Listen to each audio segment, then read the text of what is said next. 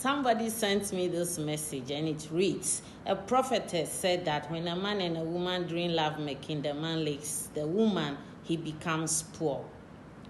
Again, she said that there are some of the sex styles that are evil, like the doggy style. And I asked myself, did the Bible mention any style of sex for us to use? That's why I decided to tell you. It's something I feel like practicing with my wife, but as I heard her say that, I became confused. Really? There's some of us who rot in hell. Though sometimes when you hear these things, try to analyze them and make sense out of them. Poverty is as a result of laziness. If you are lazy, you'll be poor. If you refuse to use your brain, you'll be poor. If you cannot translate your God-given talent into an income, you'll be poor. It's as simple as that. You work and you get money. And so when you hear these things that if you do this, you'll be poor and you are scared, I'm like, then Elon Musk and Jeff Bezos shouldn't be the richest people on earth. And then most of the white people should be poor. Back home in Ghana, I think Despite and his friends shouldn't be rich.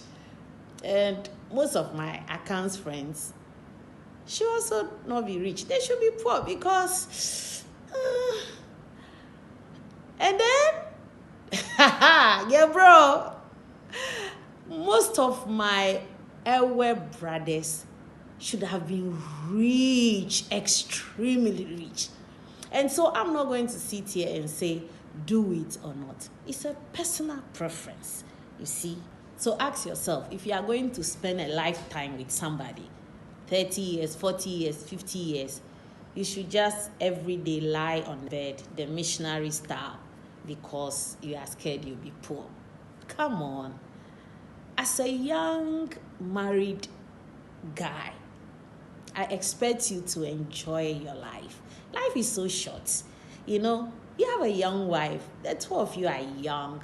Enjoy yourself. Maximize the use of this beautiful body God has given you. Make full use of it. Reach its potential. Don't allow anybody to deceive you. Life is so short and sex is good. You see, part of the human essentials is sex, and that is how God created it. And so please have fun, enjoy life as a young married guy. Don't be afraid of anything. You catch? Society is dictating to especially African women. If you are not married, then holier than thou. Your body is the temple of God, and so you have to keep it holy. And you are there starving. And then once in a while you insert rub, and you rub the place so that it will be hot small. Please grease it, otherwise it will rust. Men are not sitting down. They are having fun. They are enjoying life. So what stops we two women from enjoying ourselves to the fullest? Life is so short. It is high time African women, we learned to have relationships, companionships in our old age. If you are a responsible adult and can have a responsible sex, why not? Have it. But as to whether to give your spouse a blowjob or lick hair, that one is a personal preference. I'm not going to sit here and say do it or not. The only thing I will say is the bottom line is personal hygiene. And I also see it as respect for yourself and for your partner. If you present yourself clean anytime during the day and anytime you are ready for a quickie, you are not bothered about your personal hygiene because you are always ready. I think that to me is the bottom line. And let's invest in keeping ourselves clean. Some of us, we are not attracted to money. We can make our own money. But clean men will knock us off anytime, any day. Just seeing a clean guy smelling good will do something to us. And so please, this notion that the female sex organ is not so clean, it's neither here nor there, because men equally need to take care of themselves. You know, sometimes the voku smells. In fact, sometimes the voku hanu, it smells so bad. And so yes, of course, we have to bath twice daily, clean our mouth twice daily, but we have to go the extra mile and invest in things that will enhance that cleanliness. If you don't have money, you can use ordinary lime to clean yourself. If you have money, you can invest in men deodorants, the women too in deodorants. If you don't have money, women, you can also use lime to clean yourself. You invest in feminine wash.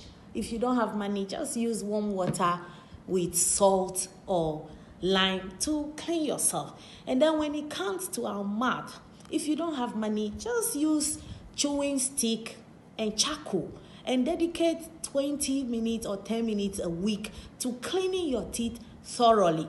Invest in dental floss. There are different types out there you can use to remove the particles in your teeth. Sometimes those particles are just put off. And if you want to have a deep, satisfying, passionate kiss, just clean your mouth with a mouthwash and present yourself with a clean, fresh breath, you know.